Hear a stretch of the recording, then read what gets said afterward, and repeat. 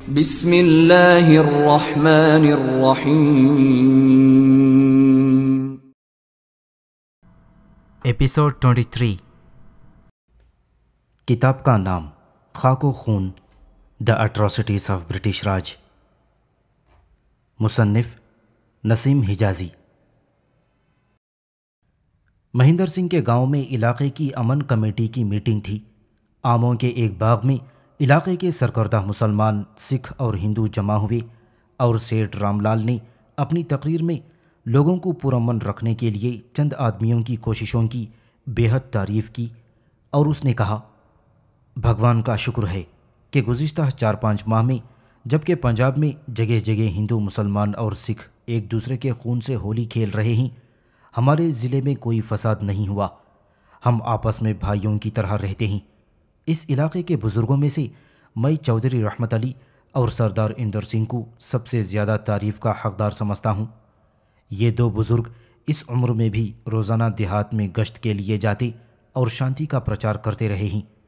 بھائی افضل اور بھائی شیر سنگھ نے جو کام کیا ہے وہ کسی کی نظروں سے پوشیدہ نہیں۔ لوگوں نے باہر سے آ کر اس علاقے میں فساد کرانے کی کوشش کی، لیکن انہوں نے کسی کو سر نہیں اٹھانے دیا۔ آج ہندو، سکھ اور مسلمان بہنیں آزادی سے پھرتی ہیں، کسی کو جرت نہیں کہ ان کی طرف آنکھ اٹھا کر دیکھے۔ یہ سب بھائی افضل اور بھائی شیر سنگھ کی ہمت کا نتیجہ ہے۔ بھائیوں، بڑوں اور بوڑھوں کی نسبت نوجوانوں میں جوش زیادہ ہوتا ہے، لیکن ہماری خوش قسمتی ہے کہ ہمارے علاقے میں سلیم اور مہندر سنگھ جیسے پڑھے لکھے نوجوان موجود ہیں، جنہوں نے دن رات ایک کر کے ہر گاؤں میں امن کمیٹی بنائی ہے، اور یہ انہی کی کوشش کا نتیجہ ہے کہ آج ہم آپس میں بھائیوں کی طرح بیٹھ کر باتیں کر رہے ہیں۔ ہمارا ضلع پاکستان میں جا چکا ہے۔ حد بندی کے متعلق ابھی تک آخری اعلان نہیں ہوا، لیکن ہم نے یہ عہد کیا ہے کہ حد بندی کی کمیشن کا فیصلہ خواہ کچھ بھی ہو، اس علاقے میں فساد نہیں ہوگا۔ چودھری رحمت علی اور ان کے بھائیوں، بیٹوں اور بھتیجوں نے اس علاقے کے مسلمانوں کی طرف سے سکھوں اور ہندوؤں کی حفاظت کا ذمہ لے لیا ہے، اور ہمیں ان پر اعتبار ہے۔ انہوں نے قرآن پر ہاتھ رکھ کر قسم اٹھائی ہے کہ وہ ہم سے کوئی زیادتی یا ناانصافی نہیں ہونے دیں گے۔ اس لیے میں نے یہ مناسب سمجھا ہے کہ ہم بھی اپنے مسلمان بھائیوں کو اپنی نیک نیتی کا ثبوت دیں۔ آپ جانتے ہیں کہ ہم ہندوؤں کی اس علاقے میں کوئی طاقت نہیں، پھر بھی ہم گو ماتا پر ہاتھ رکھ کر قسم اٹھانے کے لیے تیار ہیں کہ ہماری طرف سے کوئی شرارت نہیں ہوگی۔ سکھوں کی طرف سے چرن سنگھ اور اندر سنگھ نے اعلان کیا کہ ہم گرو گرنتھ پر ہاتھ رکھ کر قسم اٹھانے کے لیے تیار ہیں۔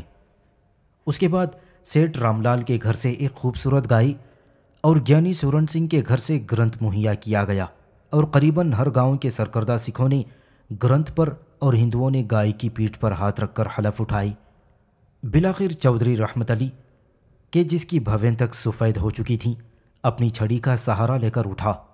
بھائیوں، اس نے نحیف آواز میں کہا، جس دن وائس رائے نے یہ اعلان کیا تھا کہ ضلع گرداسپور پاکستان میں آ گیا ہے، میں نے اسی دن اپنی برادری کے آدمیوں کو بلا کر یہ ہدایت کی تھی کہ اب ہندوؤں، سکھوں اور عیسائیوں کی حفاظت کی ذمہ داری مسلمانوں پر آتی ہے۔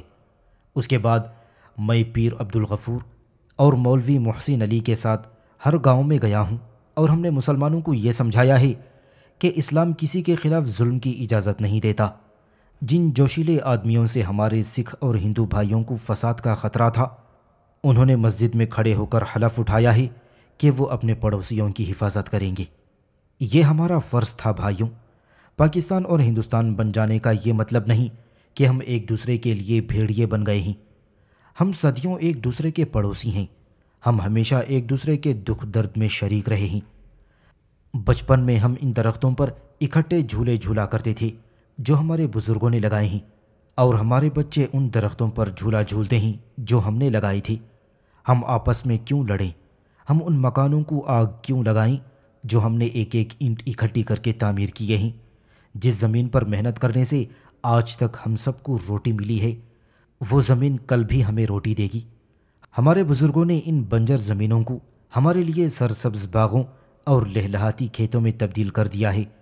یہ زمین مقدس ہے، اس سے ان کے پسینے کی مہک آتی ہے، اس میں ان کی ہڈیاں دفن ہیں۔ اس زمین نے ہمارے لیے صدیوں تک پھل پھول اور اناج پیدا کیا ہے۔ ہم اس زمین پر بے گناہوں کا خون نہیں گرائیں گے بھائیوں۔ میں تمہیں یقین دلاتا ہوں کہ اگر میں اس علاقے کے کسی مسلمان کو کسی ہندو یا سکھ کا گھر جلانے سے نہ روک سکا تو میں اپنے خون کے چھینٹوں سے اس آگ کو بجھانے کی کوشش کروں گا۔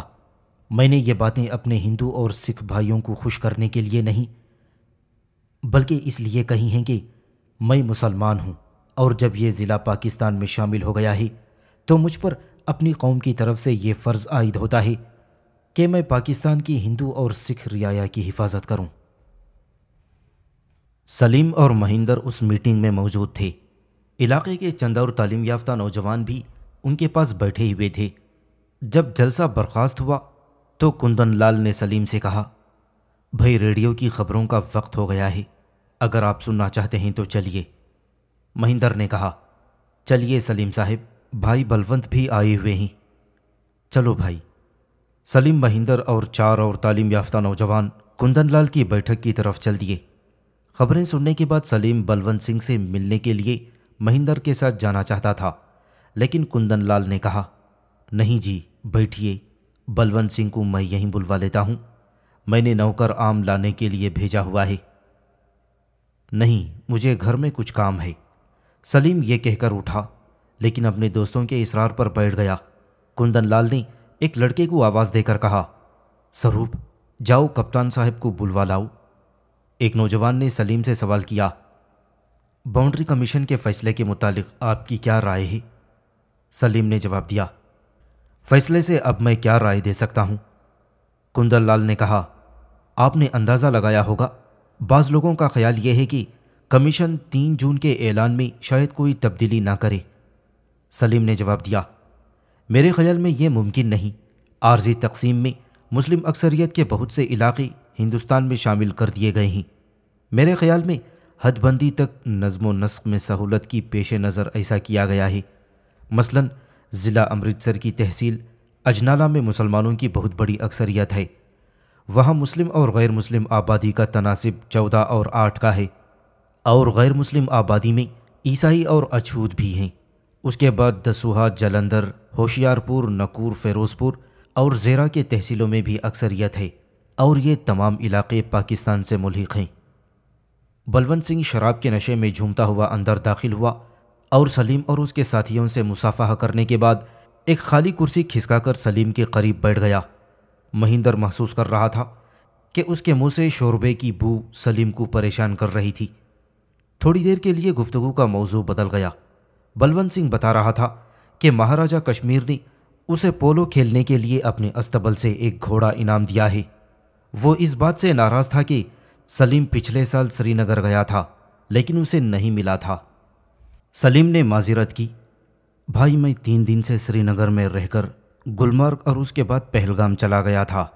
ہاں بھائی، میں تمہیں کیپٹن بننے پر مبارکباد دیتا ہوں۔ چھوڑ یار، یہ کون سی کامیابی ہے؟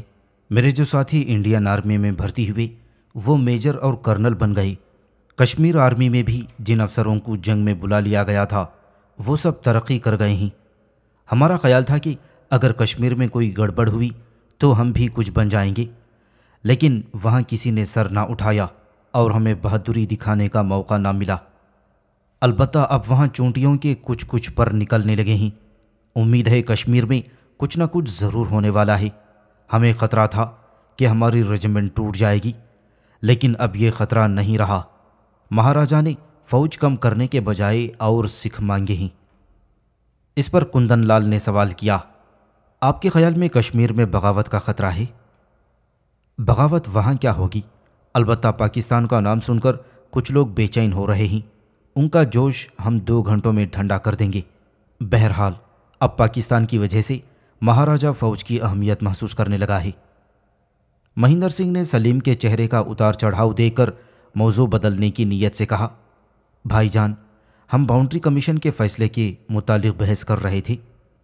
بلونت سنگھ نے اپنے چہرے پر ایک معنی خیز مسکراہٹ لاتے ہوئے کہا، باؤنڈری کمیشن کا فیصلہ ہمیں معلوم ہے۔ کندن لال نے کہا، ہاں بھائی سلیم، آپ یہ کہہ رہے تھے کہ اجنالہ، ہوشیار پور، دسوہا، جلندھر، نکودہ، زیرہ اور فیروز پور کی تحصیلیں مسلم آبادی کی اکثریت کے باعث پاکستان کو مل جائیں گی، لیکن اس صورت میں ہمارے ضلع کی تحصیل پٹھان کوٹ میں ہندو آبادی زیادہ ہے، پھر یہ بھی ہندوستان میں شامل ہوگی۔ سلیم نے جواب دیا، میرے خیال میں لدھیانہ میں مسلم اکثریت کا علاقہ جو پاکستان کے ساتھ ملحق نہیں، پٹھان کوٹ کے ساتھ تبدیل کیا جا سکتا ہے، لیکن اگر ایسا نہ ہوا تو بھی پاکستان کو 8-10 زرخیز ترین تحصیلوں کے بدلے ایک بنجر تحصیل چھوڑ دینے میں کوئی خسارہ نہیں ہوگا۔ بلونت سنگھ نے کہا، بھائی اگر نقشہ ہو تو میں بھی کچھ بتاؤں؟ کندن لال نے کہا، نقشہ آپ کے پیچھے دیوار پر لٹک رہا ہے۔ بلونت سنگھ نے اٹھ کر کہا، بھائی سلیم، تم پینسل ہاتھ میں لو اور نشان لگا کر بتاؤ، پھر میں بھی تمہیں بتاؤں گا۔ کندن لال نے میز کی دراز سے سرخ پینسل نکال کر سلیم کے ہاتھ میں دے دی اور اس نے نقشے کے پاس کھڑے ہو کر کہا، میرے خیال میں پاکستان اور ہندوستان کی قدرتی سرحد ستلج ہے۔ اس صورت میں ہوشیار پور سے غیر مسلم اکثریت کی 2 تحصیلیں پاکستان میں آ جائیں گی، لیکن ان کے تبادلے میں ستلج سے پار مسلم اکثریت کے علاقے ہندوستان میں شامل کیے جا سکتے ہیں۔ اب ضلع امرتسر کا سوال آتا ہے۔ اس کی تحصیل اجنالہ کے متعلق میں یہ بتا چکا ہوں کہ وہاں مسلمانوں کی اکثریت ہے، باقی ضلع میں سکھوں کی اکثریت ہے، اور دربار صاحب کی وجہ سے وہ اسے بہت زیادہ اہمیت دیتے ہیں، اس لیے ممکن ہے کہ اجنالہ کے سوا باقی امرتسر کو فیروز پور کے ساتھ ملا دیا جائے۔ اس صورت میں باؤنڈری لائن یہ ہوگی۔ سلیم نے پینسل کے ساتھ نقشے پر ایک لکیر سی کھینچ دی۔ بلونت سنگھ نے کہا، بس تم یہی سمجھتے ہو؟ سلیم نے جواب دیا، میرے خیال میں اگر انگریز ہندوستان یا پاکستان سے کسی ایک کے خلاف زیادتی کر کے فسادات کی نئی آگ نہیں بھڑکانا چاہتا تو سرحد یہی ہوگی۔ بلونت سنگھ نے سلیم کے ہاتھ سے پینسل لیتے ہوئے کہا، ریڈکلف کا فیصلہ سننے کے بعد یہ نقشہ ضرور دیکھنا۔ یہ بلونت سنگھ کا نہیں، اسے ریڈکلف اور ماؤنٹ بیٹن کا ہاتھ سمجھو۔ سلیم بھائی، تم تھوڑی دیر کے لیے آنکھیں بند کر لو، میں وہ لکیر کھینچنے والا ہوں جو ریڈکلف اور لارڈ ماؤنٹ بیٹن کھینچ چکے ہیں۔ سلیم نے مسکراتے ہوئے جواب دیا، بھائی مجھے غش نہیں آئے گا، تم اطمینان رکھو۔ بلونت سنگھ نے قہقہہ لگایا، غش؟ میرے دوست، جس دن ریڈکلف اپنی پٹاری کھولے گا اس دن بڑے بڑوں کو غش آ جائے گا، دیکھو۔ بلونت سنگھ نے نقشے پر دوسری لکیر کھینچ دی۔ سرخ رنگ کی یہ لکیر سلیم کی لکیر کے مقابلے میں بہت نمایاں تھی، اور سلیم حیرانی اور اضطراب کی حالت میں نقشے کی طرف دیکھ رہا تھا۔ بلونت سنگھ نہ صرف ستلج اور بیاس کے درمیان مسلم اکثریت کے تمام علاقے ہندوستان میں شامل کر چکا تھا، بلکہ اس کی لکیر شکر گڑھ کے سوا گرداسپور کا باقی ضلع امرتسر کا تمام رقبہ اور لاہور کا کچھ علاقہ بھی ہندوستان کی طرف دکھا رہی تھی۔ نقشے سے نظر ہٹا کر سلیم نے بلونت سنگھ کی طرف دیکھا اور اچانک قہقہہ لگاتے ہوئے کہا، یار آج تم زیادہ پی آئے ہو، میں اکثریت کے 11 لاکھ مسلمانوں کو بچانے کی فکر میں تھا اور تم نے 15 لاکھ اور ہندوستان کی طرف دھکیل دیے ہیں۔ تم ہنس رہے ہو ابھی، میں نے تمہیں کچھ نہیں بتایا، دیکھو۔ بلونت سنگھ نے اوپر کی طرف ایک اور لکیر کھینچ کر پہلی لکیر کے ساتھ ملاتے ہوئے کہا، 15 لاکھ نہیں، میں نے 30-35 لاکھ اور مسلمان ہندوستان کی طرف دھکیل دیے ہیں، کشمیر ہندوستان میں شامل ہوگا، وہ لکیر دیکھو۔ سلیم نے کہا، اچھا تو تم نے کشمیر کے ضلع گرداسپور ہندوستان میں شامل کر دیا ہے، لیکن وائسرائے تو گرداسپور کو پاکستان میں شامل کر چکا ہے، اب تم فیصلہ بدل دو تو اور بات ہے۔ بلونت سنگھ نے قدرے جوش میں آ کر کہا، گرداسپور کشمیر کی طرف ہندوستان کا راستہ ہے، اسے ہندوستان میں شامل ہونا پڑے گا۔ ماؤنٹ بیٹن کو اپنا فیصلہ بدلنا پڑے گا۔ جب 35 لاکھ مسلمانوں کی آبادی رکھنے والی ریاست کا راجہ ہندوستان کے ساتھ شامل ہونا چاہتا ہے تو ضلع گرداسپور کے 5 لاکھ مسلمانوں کی مخالفت کی پرواہ نہیں کی جائے گی۔ سلیم نے کہا، بھئی اگر یہ صورت ہوئی تو ہمیں بھی دکن، بھوپال اور جوناگڑھ کا راستہ مل جائے گا۔ بلونت سنگھ نے کہا، دکن، بھوپال اور جوناگڑھ ہماری جیب میں ہیں، ہم صرف کشمیر کے متعلق سوچ رہے ہیں۔ کندن لال کے نوکر نے ایک گول تشت میں آم لا کر میز پر رکھ دیے۔ سلیم نے مہندر اور کندن لال کے اصرار پر ایک آم اٹھا لیا، لیکن کھاتے وقت وہ یہ محسوس کر رہا تھا کہ آج آموں کا ذائقہ بدل چکا ہے۔ کندن لال نے بلونت سنگھ سے کہا، بھائی تم نہیں کھاؤ گی؟ نہیں بھائی، آموں کے لیے آج میرے پیٹ میں جگہ نہیں ہے۔ سلیم نے کہا، سچ بتانا بلونت سنگھ، آج تم نے کتنی بوتلیں چڑھائی ہیں؟ بلونت سنگھ نے جواب دیا، یار دیکھو تم سمجھتے ہو کہ میں تم سے دلگی کر رہا ہوں، لیکن یہ نقشہ اپنے ساتھ لے جاؤ، پھر کسی دن کہو گے کہ تم نے کسی الو کے پٹھے سے نہیں ایک آدمی سے بات کی تھی۔ مہندر اپنے بھائی کی باتوں سے سخت پریشان تھا۔ اس نے گفتگو کا رخ بدلنے کی ضرورت محسوس کرتے ہوئے کہا، بھائی جان، سلیم صاحب کی منگنی ہوئی ہے، آپ نے انہیں مبارکباد نہیں دی؟ بھائی مبارک ہو، کب ہوئی منگنی؟ سلیم کے بجائے مہندر نے جواب دیا، کوئی 2 ہفتے ہوئے ہی۔ اچھا بھائی، مٹھائی کب کھلاؤ گی؟ سلیم نے جواب دیا، 15 اگست کے بعد تم سب کو دعوت دوں گا۔ بلونت سنگھ نے کہا، 15 اگست تک تو میں یہیں ہوں۔ جب یہ مجلس برخاست ہوئی تو مہندر نے کچھ دور تک سلیم کا ساتھ دیا۔ گاؤں سے باہر نکل کر اس نے مغموم لہجے میں کہا، بلونت کی باتوں سے آپ کو تکلیف ہوئی ہوگی، میں آپ سے معافی مانگتا ہوں، مجھے معلوم نہ تھا کہ وہ اس وقت بھی شراب میں بدمست ہوگا۔ سلیم نے مہندر کے کندھے پر ہاتھ رکھ کر مسکراتے ہوئے جواب دیا، مہندر، تمہیں میرے متعلق پریشان ہونے کی ضرورت نہیں، میں نے اسے دیکھتے ہی یہ اندازہ لگا لیا تھا کہ آج معاملہ خراب ہے۔ سلیم نے بظاہر مہندر کو مطمئن کر دیا کہ بلونت سنگھ کی باتوں کو اس نے شرابی کی بکواس سے زیادہ اہمیت نہ دی، لیکن جب وہ تنہا اپنے گاؤں کا رخ کر رہا تھا تو اس کے کانوں میں بلونت سنگھ کے الفاظ گونجنے لگے۔ وہ تصور میں بار بار اس سرخ لکیر کو دیکھ رہا تھا جو بلونت سنگھ نے نقشے پر کھینچی تھی۔ اچانک اس نے اپنے دل سے سوال کیا، اگر یہ درست ہوا تو؟ اور تھوڑی دیر کے لیے اس کی رگوں میں خون کا ہر قطرہ منجمد ہو کر رہ گیا۔ یہ لکیر بڑھتی اور پھیلتی چلی گئی، یہاں تک کہ 5 دریاؤں کی سرخ زمین میں اسے ایک دریا نظر آنے لگا، آگ اور خون کا دریا۔ اس دریا کا سیلاب بستیوں اور شہروں کو نیست و نابود کرتا ہوا آگے بڑھ رہا تھا۔ یہ لکیر اسے ایک مہم ازدھا نظر آ رہی تھی، اور ہندو فیشزم کی عفریت اس پر سوار ہو کر کہہ رہا تھا، اب میں آزاد ہو گیا ہوں، اب مجھے آگ اور خون سے کھیلنے کی پوری آزادی مل چکی ہے۔ ریڈ کلف کے قلم کی ایک جنبش نے اسے ستلج کے کنارے سے اٹھا کر راوی کے کنارے تک پہنچا دیا تھا، اور اسے کشمیر کی سیر کرانے کے لیے گرداسپور کی گزرگاہ پر مسلمانوں کی لاشیں بچھا دی گئی تھیں، اور کشمیر کے 35 لاکھ مسلمان۔ سلیم کے دل میں اچانک نئی دھڑکنیں بیدار ہوئیں۔ وہ چلایا، نہیں نہیں، یہ غلط ہے، یہ ناممکن ہے، یہ ایک شرابی کی بکواس ہے، یہ کیسے ہو سکتا ہے؟ انگریز کبھی ایسی ناانصافی نہیں کر سکتا، کوئی مہذب انسان ایسا نہیں کر سکتا۔ یہ لکیر سمٹتے سمٹتے اس کی آنکھوں سے ناپید ہو گئی، اور وہ دوسری لکیر سامنے آ گئی جو اس نے اپنے ہاتھوں سے کھینچی تھی۔ 1857 عیسوی کے بدلتے نظریات۔ 1857 عیسوی کے ہنگامے میں ہندوستان آگ و خون کے دریا سے گزرا تھا، تکالیف و مصائب سہے، ظلم و ستم کا شکار ہوئے، لیکن ان تمام باتوں سے علیحدہ تاریخ کا اپنا دھارا ہوتا ہے جو ہماری خواہشات و تمناؤں کے خلاف بہتا ہے۔ 1857 عیسوی دراصل نئے اور پرانے نظریات و روایات اور اقدار کا ایک تصادم تھا جس میں قدیم اور رجعت پسند نظریات کی شکست ہوئی۔ ہندوستان اگرچہ غیر ملکی اقتدار تلے آ گیا تھا، لیکن اس غیر ملکی اقتدار نے اسے قرون وسطیٰ سے نکال کر جدید عہد میں داخل کر دیا، اور اسی نقطہ نظر سے اس لیے ہندوستانیوں کے نزدیک بظاہر یہ تحریک ناکام ہوئی، لیکن اسی ناکامی نے ان میں قومیت، حب الوطنی اور سیاسی شعور کو بیدار کیا تھا۔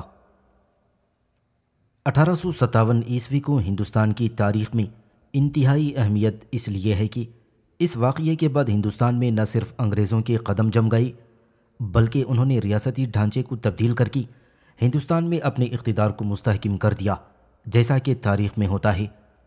ہر وہ اہم واقعہ کہ جو انقلابی تبدیلیاں لاتا ہے، اس کے بارے میں مختلف نظریات قائم ہو جاتے ہیں، اور اس واقعے کی اہمیت کو مورخ اپنے اپنے نقطہ نظر سے پیش کرتے ہیں۔ یہی کچھ 1857 عیسوی کے واقعے کے ساتھ ہے کہ یہ ابتدا ہی سے سیاستدانوں، حکمرانوں اور مورخوں میں بحث کا سبب رہا ہے۔ اگرچہ ابتدا میں اس واقعے کے اسباب، اثرات اور اہمیت پر جو بھی بحث ہوئی وہ صرف انگریزوں تک رہی، کیونکہ ہندوستانی 1857 کے مظالم سے اس قدر خوفزدہ تھے اور ان پر انگریزی حکومت کا اس قدر دباؤ تھا کہ انہوں نے اس موضوع پر کھل کر بات نہیں کی۔ مثلاً انگریزوں نے اسے غدر کا نام دیا تھا، اور اس پر زور دیا کہ ہندوستان کے تمام لوگ اسے غدر ہی کہیں گے، کیونکہ غدر سے یہ مفہوم نکلتا تھا کہ ہندوستان میں انگریزوں کی حکومت قانونی اور جائز تھی، اور اس کے خلاف ہندوستانیوں کا جو رد عمل تھا اور جو ہنگامہ ہوا وہ بغاوت کے مترادف تھا۔ اس لیے جن ہندوستان مصنفوں، شاعروں اور وقائع نویسیوں نے 1857 کے حالات لکھے ہیں، انہوں نے اسے غدر ہی کہا تھا اور اس بات کا اظہار کیا تھا کہ یہ اقدام ہندوستانیوں کی جانب سے قانونی حکومت کے خلاف ناجائز تھا۔ لیکن ابتدا میں ہم اس واقعے کے بارے میں برطانوی افسروں، سیاستدانوں اور مورخوں کے نظریات پر بحث کریں گے، اور آخر میں یہ کہ کس طرح سے بتدریج اس واقعے کے بارے میں ہندوستانیوں کے نظریات تبدیل ہوئے تھے۔ مثلاً یہ کہ حقیقت یہ ہے کہ 1857 عیسوی کا واقعہ انگریزوں کے لیے حیرت کا باعث تھا، اور جس طرح سے ان کا اقتدار مستحکم ہو رہا تھا اور آہستہ آہستہ ہندوستانی طاقتیں کمزور ہو رہی تھیں، اس سے ان میں روز بروز اعتماد بڑھ رہا تھا، اور اپنی حکومت کے خلاف کسی بغاوت، احتجاج یا ہنگامے کا یہ تصور بھی نہیں کر رہے تھے۔ اس لیے جب یہ ہنگامہ ختم ہوا تو انہوں نے اس مسئلے پر غور کرنا شروع کر دیا کہ کیا واقعی سپاہیوں کی یہ بغاوت تھی، یا یہ ایک ایسی بغاوت تھی کہ جس میں ملک کی آبادی کے اکثر لوگوں نے حصہ لیا اور اس طرح برطانوی حکومت کے خلاف اپنے جذبات کا اظہار کیا۔ جب 1857 عیسوی میں میرٹھ میں سپاہیوں نے بغاوت کی تو اکثر کا خیال تھا کہ یہ محض ایک ہنگامہ ہے اور یہ جلد ہی ختم ہو جائے گا، لیکن بعد میں اس نقطۂ نظر پر اختلافات ہوئے۔ اس کی وجہ یہ تھی کہ برطانوی بیوروکریسی اس کی تمام ذمہ داری برطانوی فوج پر ڈالنا چاہتی تھی، اس لیے انہوں نے اس نقطۂ نظر کو پھیلا دیا کہ یہ بغاوت سپاہیوں کی بغاوت تھی۔ اس طرح سے یہ سپاہیوں اور حکومت کے درمیان ایک کشمکش تھی۔ اس کے مطابق اس بغاوت کا کوئی تعلق حکومت اور عوام کے درمیان اختلافات سے نہیں تھا۔ کلکتہ میں جو یورپی تاجر تھے وہ اس واقعے کی ساری ذمہ داری گورنر جنرل کیننگ کے سر ڈال رہے تھے، کہ جس کی نرم پالیسی کی وجہ سے ہندوستانیوں کو یہ خیال ہوا کہ حکومت کمزور ہے اور اس کے خلاف لڑا جا سکتا ہے۔ اس واقعے کا اصل تجزیہ اس وقت ہوا تھا کہ جب انگریزوں کے خلاف تمام تحریکوں کو بری طرح سے کچل دیا گیا اور انگریزی حکومت نے خود کو دوبارہ سے مستحکم کر لیا، مگر ساتھ ہی میں انہوں نے اس بات کو محسوس کیا تھا کہ اس واقعے کے اسباب، وجوہات اور نتائج پر غور کیا جائے تاکہ ان کا بر وقت سدباب کر کے ان کے دوبارہ وقوع پذیر ہونے کو روکا جائے۔ اس سلسلے میں پہلی کتاب JW کے سپاہیوں کی جنگ کی تاریخ تھی، جو لندن سے 1867 عیسوی میں شائع ہوئی تھی۔ اس میں اس نے واقعے کا تجزیہ کرتے ہوئے اس بات کی نشاندہی کی کہ برطانوی پالیسی کے نتیجے میں ہندوستان کے عمرہ کے طبقے کو ان کی مراعات سے محروم کیا گیا ہے۔ مذہبی طبقے کے لوگوں کی حیثیت نئی حکومت میں کم ہوئی، اور وہ کسان کہ جن کے پاس جائیدادیں تھیں وہ ریونیو کی نئی پالیسی کی وجہ سے ان سے محروم ہو گئے تھے۔ نتیجہ یہ ہوا کہ ان تینوں طبقوں نے انگریزی حکومت کے خلاف بغاوتوں میں بڑھ چڑھ کر حصہ لیا۔ یہ تجزیہ جذباتی نہیں تھا، بلکہ اس نے حقائق کو سامنے رکھ کر اور جذبات سے عاری ہو کر اصل اسباب کی طرف نشاندہی کی تھی۔ مگر اس کے مقابلے میں ایسے مورخ بھی تھے کہ جو پورے واقعے کو جذبات کی روشنی میں دیکھ رہے تھے۔ ان کے نزدیک یہ جنگ حق و باطل کے درمیان ایک تصادم تھی کہ جس میں حق انگریزوں کی طرف تھا، اس لیے انہوں نے خصوصیت سے ہندوستانیوں کی جانب سے انگریزوں پر جو مظالم ہوئے تھے ان کو خوب بڑھا چڑھا کر اور مبالغہ آمیزی کے ساتھ پیش کیا تھا، وہ ان کے سامنے مدھم اور دھندلے ہو جائیں۔ یہاں تک کہ خود ہندوستانی مورخوں نے بھی انگریزی حکومت کے ڈر سے ان کے مظالم کا تذکرہ نہیں کیا، اور انگریز عورتوں بچوں کی مظلومیت داستانی دلگداز انداز میں لکھی تھیں۔ اس کی سب سے اچھی مثال CB میلسن کی کتاب 1857 عیسوی کا ہندوستانی عذر ہے، جو لندن سے 1851 عیسوی میں چھپی تھی۔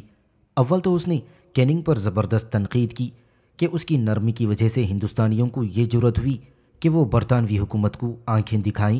اگر حکومت سخت ہوتی تو کسی کو یہ ہمت نہیں ہوتی کہ وہ بغاوت کا خیال بھی دل میں لاتا۔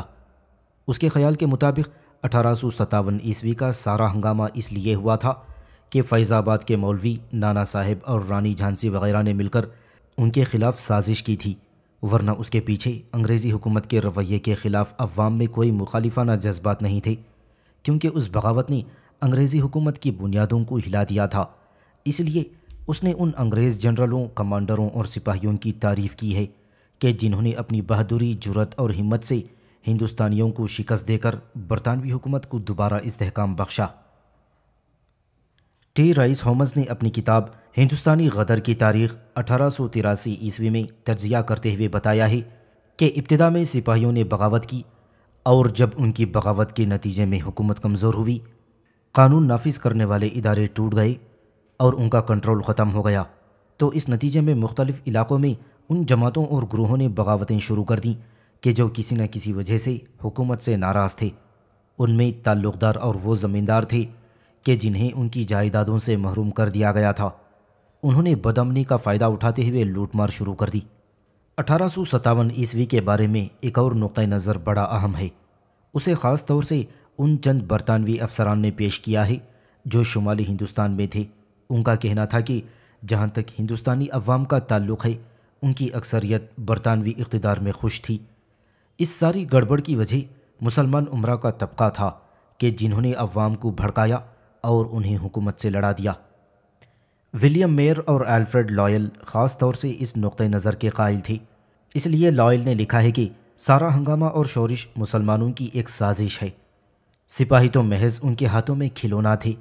اسی نقطہ نظر کو جے سی براؤن نے اپنی کتاب پنجاب اور دہلی 1857 عیسوی میں، جس میں اس نے لکھا ہے کہ مسلمانوں نے لوگوں کو اس ہنگامے پر اکسایا اور ہندوؤں کو دھوکہ دیا، ورنہ وہ برطانوی حکومت کے خلاف نہیں تھے۔ معاصر ہندوستانیوں نے اس موضوع پر جو بھی لکھا، اس سے انہوں نے اپنی ذاتی پریشانیوں اور لوگوں کی تکالیف کو تو بیان کیا ہے، مگر برطانوی جرائم کے بارے میں مکمل خاموشی اختیار کی ہے۔ اس موضوع پر ظہیر احمد دہلوی کی کتاب داستان غدر قابل ذکر ہے۔ اس میں مصنف نے 1857 عیسوی سے پہلے کی دہلی کی سماجی زندگی کو خوبصورتی سے بیان کیا ہے، اور اس کے بعد دہلی کا اجڑنا، دہلی کے باشندوں کا دربدر ہونا اور پورے معاشرے کا ٹکڑے ٹکڑے ہونا بتایا گیا ہے۔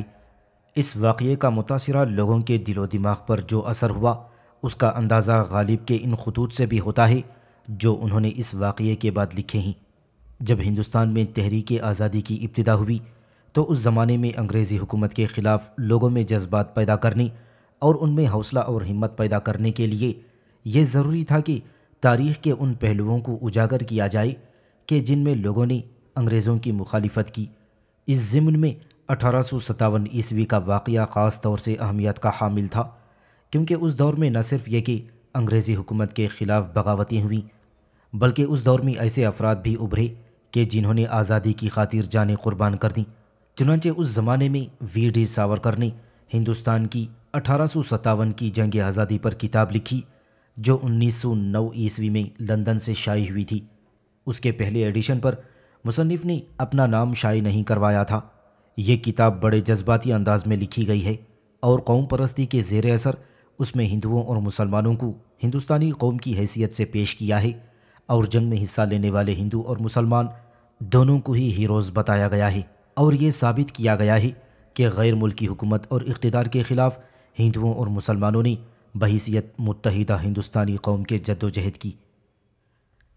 برصغیر کی تقسیم کے بعد جو 1947 عیسوی میں وقوع پذیر ہوئی، 1857 عیسوی کے واقعے کو آزادی کے پس منظر میں مختلف نقطہ نظر سے بیان کیا گیا، کیونکہ اب انگریزی اقتدار ختم ہو چکا تھا اور تاریخ کو جذباتیت کے ساتھ بیان کرنے کے بجائے حقیقت پسندانہ انداز میں دیکھنے کا سلسلہ شروع ہوا تھا۔ اس سلسلے میں سب سے اچھی کتاب ایس ایس سین کی 1857 عیسوی ہے، جو ہندوستان کی حکومت نے 1957 عیسوی میں جنگ آزادی کے 7 سالہ موقع پر شائع کی تھی۔ سین کا نقطہ نظر یہ ہے کہ 1857 عیسوی میں جو کچھ ہوا یہ کسی سازش کے نتیجے میں نہیں ہوا تھا، بلکہ یہ ایک قومی بغاوت تھی۔ اس کے اس نقطہ نظر کو آر سے موجمدار نے رد کر دیا، اور انہوں نے اپنی کتاب 1857 عیسوی میں سپاہیوں کی بغاوت لکھی، جس میں اس پر زور دیا گیا کہ یہ کوئی قومی بغاوت نہیں تھی، بلکہ یہ محض سپاہیوں کی شورش تھی، اور اس دوران جو شہری بغاوتیں ہوئیں وہ اس بغاوت کا نتیجہ تھیں۔ ایس بی چودھری نے اس کی مخالفت کرتے ہوئے ہندوستانی شورش میں شہری بغاوتیں 1957 عیسوی میں اس نقطہ نظر کو پیش کیا ہے کہ 1857 عیسوی برطانوی حکومت کے خلاف ایک قومی بغاوت تھی، اور اس کا اظہار ان بغاوتوں سے ہوتا ہے جو انگریزوں کے خلاف جگہ جگہ اٹھ کھڑی ہوئی تھیں۔ پاکستان میں اس واقعے کو مذہبی رنگ دیا گیا ہے۔ ایچ قریشی اور معین الحق نے اس پوری جدوجہد کو مسلمانوں کی جنگ آزادی قرار دیا۔ اس طرح سے انہوں نے ولیم میئر اور الفریڈ لائل کے نقطہ نظر کی حمایت کی کہ اس سارے ہنگامے اور فساد کی ذمہ داری مسلمانوں پر تھی اور اس کا تعلق ہندوؤں سے نہیں تھا۔ اس موضوع پر اردو میں جو بھی کتابیں لکھی گئیں ان میں اس واقعے کے پس منظر میں صرف مسلمانوں کی جدوجہد کو ابھارا گیا ہے، بلکہ محمد میاں نے اپنی کتاب 1857 عیسوی اور جانباز حریت، جس میں صرف علماء کو خراج تحسین پیش کیا ہے اور یہ ثابت کرنے کی کوشش کی ہے کہ علماء سب سے زیادہ اس تحریک میں پیش تھے، اسی نقطہ نظر سے غلام رسول مہر کی کتاب 1857 ہے۔ انگریزی دور حکومت میں 1857 عیسوی کو غدر کہا جاتا رہا ہے، لیکن پھر قومی تحریک آزادی کے سلسلے میں اسے ہندوستانیوں نے جنگ آزادی کہا، اور آج ہندوستان و پاکستان دونوں ملکوں میں مورخین کی اکثریت اس کے لیے یہی اصطلاح استعمال کرتی ہے۔ اس مسئلے پر 1922 عیسوی میں ایف ڈبلیو کلرک نے ایک مضمون لکھا جس کا عنوان تھا ہندوستانی بغاوت کی سیاسی تھیوری۔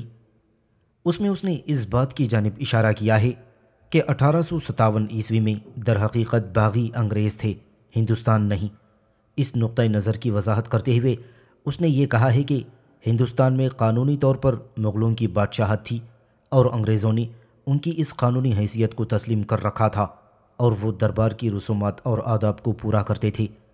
حالانکہ یہ ضرور ہوا تھا کہ وقت کے ساتھ ساتھ وہ ان رسومات و آداب کو پورا کرنے میں ہچکچاہٹ محسوس کرنے لگے تھے، مگر انہوں نے بادشاہ کی قانونی حیثیت کو چیلنج نہیں کیا تھا، اور دیکھا جائے تو حقیقت میں 1765 عیسوی کے بعد انگریزوں کی حیثیت ریونیو وصول کرنے والوں کی تھی۔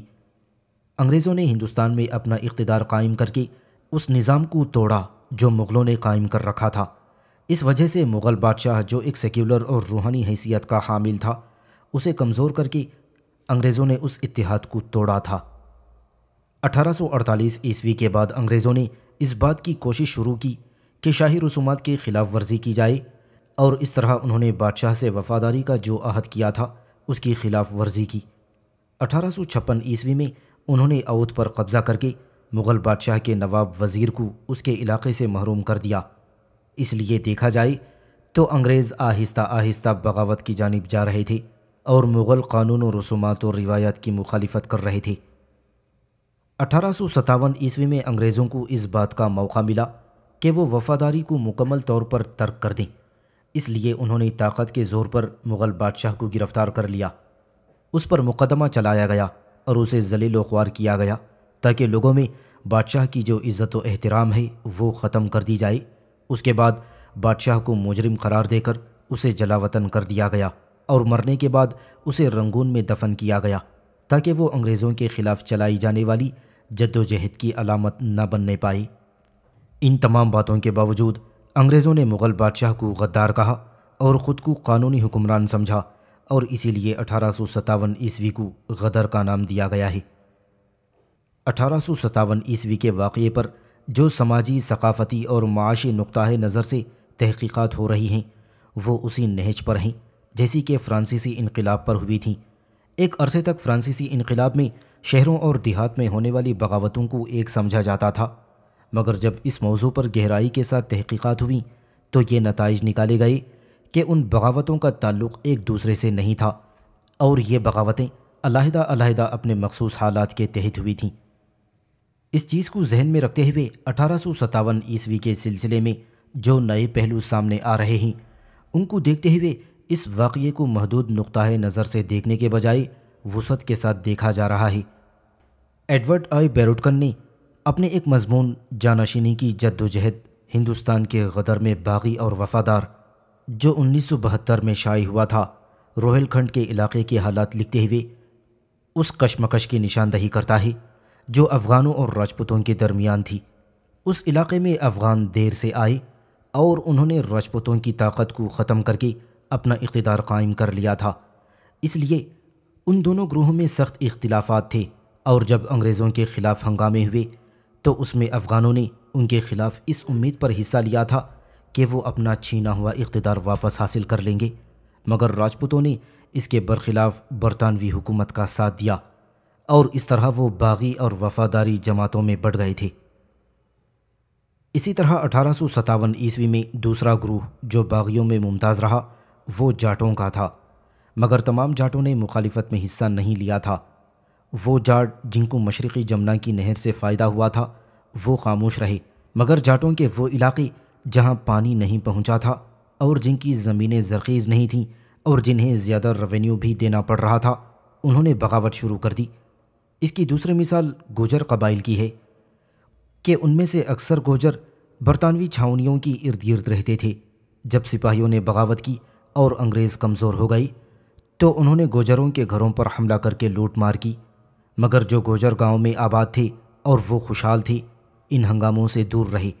چنانچہ 1857 میں جو پیٹرن تھا وہ یہ کہ مالدار زمیندار اکثر وفادار رہے تھے، مگر وہ زمیندار جو اپنی جائیداد سے محروم ہوئے تھے یا جنہیں دولت کمانے کے مواقع نہ مل سکے تھے انہوں نے بغاوت میں حصہ لیا۔ مثلاً جو لوگ جمنا کے کنارے اور جرنیلی سڑک سے دور آباد تھے ان کی پیداوار مارکیٹ میں سہولت کے ساتھ نہیں جا سکتی تھی، اس لیے ان میں غم و غصہ اور احساس محرومی تھا۔ مگر جن زمینداروں اور کسانوں کی پیداوار سڑک کی سہولت کی وجہ سے مارکیٹ میں چلی جاتی تھی وہ اس ہنگامے سے لا تعلق رہے۔ برطانوی اقتدار کے زمانے میں تاجروں کا ایک ایسا طبقہ پیدا ہوا تھا جسے تجارت میں بہت فوائد ہوئے تھے، اس لیے یہ انگریزوں کے وفادار رہے، مگر ان تاجران نے مخالفت کی جن کی تجارت کو نقصان پہنچا تھا۔ یہی صورتحال ملازم پیشہ لوگوں کی تھی۔ جو لوگ کمپنی کی ملازمت میں تھے اور اس سے فائدہ اٹھا رہے تھے انہوں نے اپنی طاقت کو استعمال کر کے برطانوی اقتدار کے تحفظ کے لیے کام کیا۔ اس کی ایک مثال سر سید احمد خان کی ہے جو اس وقت بجنور میں تھے اور کمپنی کے مفادات کے لیے کام کر رہے تھے۔ اس ہنگامے میں بہت کم مسلمان علماء نے بھی حصہ لیا تھا، مگر ساتھ ہی ان میں اس پر اختلاف بھی ہوئے تھے کہ کیا ہندوستان برطانوی اقتدار میں دارالحرب ہے یا دارالامان۔ کچھ کا خیال تھا کہ یہ دارالامان ہے کیونکہ اس میں مذہبی آزادی ہے۔ اس نقطۂ نظر کے حامی وہ علماء تھے جو کمپنی کی ملازمت میں تھے اور جن کا سماجی مرتبہ بڑھا ہوا تھا، اس لیے صرف تھانہ بھون کے علاقے میں جہاں علماء کی مالی حالت اچھی نہیں تھی انہوں نے انگریزوں کے خلاف آواز بلند کی۔ اس طرح اگر مختصراً اس ہنگامے کو دیکھا جائے تو کمپنی نے بنگال کے بعد جب شمالی ہندوستان میں اپنا اقتدار قائم کیا تھا تو اس کے نتیجے میں سیاسی اور سماجی ڈھانچے میں تبدیلیاں آئیں۔ ان تبدیلیوں سے خصوصیت سے زمیندارانہ نظام متاثر ہوا۔ انگریزوں نے اودھ میں خصوصیت سے تعلق داروں کے سیاسی اثر کو ختم کرنے کی کوشش کی۔ اس سلسلے میں ان کی زمینیں فروخت ہوئیں یا ضبط کر لی گئیں، جس کی وجہ سے ان میں بے چینی پھیلی۔ اور 1856 میں جب انگریزوں نے اودھ پر قبضہ کیا تو لگان کا معاہدہ حکومت برطانیہ سے ہوا۔ اودھ میں تعلق دار بڑے طاقتور تھے، ان کی اپنی فوج ہوا کرتی تھی اور حفاظت کے لیے ان کے مضبوط قلعے تھے۔ ان کی خواہش تھی کہ انگریزوں سے نیا معاہدہ کریں اور نواب اودھ کو جو بقایا جات دینے تھے وہ نہ دیں، مگر انگریز اس پر تیار نہیں ہوئے اور ان کے خلاف کارروائی کی جس نے تعلق داری نظام کو توڑ دیا۔ اس کے ٹوٹنے سے امراء کا طبقہ بکھر گیا اور اس ڈھانچے کے ٹوٹنے سے عام لوگ بیکار ہو گئے۔ اودھ کے الحاق کے بعد نواب کی فوج کے 60,000 سپاہی بے روزگار ہوئے۔ ان سب باتوں نے مل کر سیاسی بے چینی کو پیدا کیا اور اسی طرح سے سپاہیوں کی بغاوت محروم بے روزگار اور غیر مطمئن طبقوں کی بغاوت بن گئی۔ اس ہنگامے کے دوران اور بعد میں انگریزوں نے اہل ہندوستان پر جو مظالم کیے وہ دل ہلا دینے والے تھے۔ لوگوں کو پھانسی پر لٹکانا، توپ کے منہ سے لوگوں کو باندھ کر اڑانا، زندہ جلانا، عورتوں اور بچوں کو بلا تخصیص قتل کرنا، عمارتوں کو مسمار کرنا، قیمتی اشیاء کو لوٹنا، لوگوں کے جسموں پر سور اور گائے کی چربی ملنا وغیرہ وغیرہ۔ ان مظالم نے اہل ہندوستان اور خصوصیت سے شمالی ہندوستان کے متاثرہ علاقوں کے لوگوں کو دہشت زدہ کر کے رکھ دیا اور پورے معاشرے پر ایسا سکتہ اور سناٹا چھایا کہ سوائے مایوسی اور نا امیدی کے اور کچھ باقی نہ رہا۔ پاکستان کے علاقوں میں 1857 کے اثرات نہ ہونے کے برابر ہوئے، کیونکہ سندھ 1843 اور پنجاب 1849 میں برطانوی اقتدار میں آیا تھا اور یہاں پر برطانوی تسلط کے نتائج اس وقت تک ابھر کر عام لوگوں کے سامنے نہیں آئے تھے، اس لیے ان علاقوں میں 1857 میں صرف چند شہروں میں برطانوی چھاؤنیوں میں معمولی سی بغاوتیں ہوئی تھیں۔ چونکہ بر صغیر کی آزادی کے بعد ہندوستان و پاکستان میں 1857 کو جنگ آزادی کا نام دیا گیا ہے، اس لیے پاکستان میں بھی یہ کوشش ہو رہی ہے کہ وہ پنجاب و سندھ یا بلوچستان میں ہونے والی بغاوتوں کو زیادہ سے زیادہ اجاگر کریں۔ ایسی تمام کوششیں تاریخی حقائق سے زیادہ جذبات پر مبنی ہیں۔ 1857 میں جو بغاوت ہوئی اس کا تعلق پاکستان کے علاقوں سے نہیں تھا، نہ ہی یہاں پر وہ وجوہات اور اسباب تھے کہ یہ بغاوت پھیلتی۔ یہ بغاوت عام طور سے صرف شمالی ہندوستان میں محدود رہی اور اس کے جتنے ہیروز ہیں ان کا تعلق بھی انہی علاقوں سے ہے۔ اس لیے 1857 کے واقعات کو اس پس منظر میں دیکھنے کی ضرورت ہے، اور نہ ہی اس کی ضرورت ہے کہ اہل پنجاب یا اہل سندھ یہ ثابت کریں کہ انہوں نے بھی اس میں حصہ لیا، اور نہ یہ کہ وہ معذرت خواہانہ طرز اختیار کریں، کیونکہ 1857 کی بغاوت پاکستان کے علاقوں سے دور ہوئی تھی، اس لیے یہ یہاں کی تاریخ کا حصہ نہیں ہے۔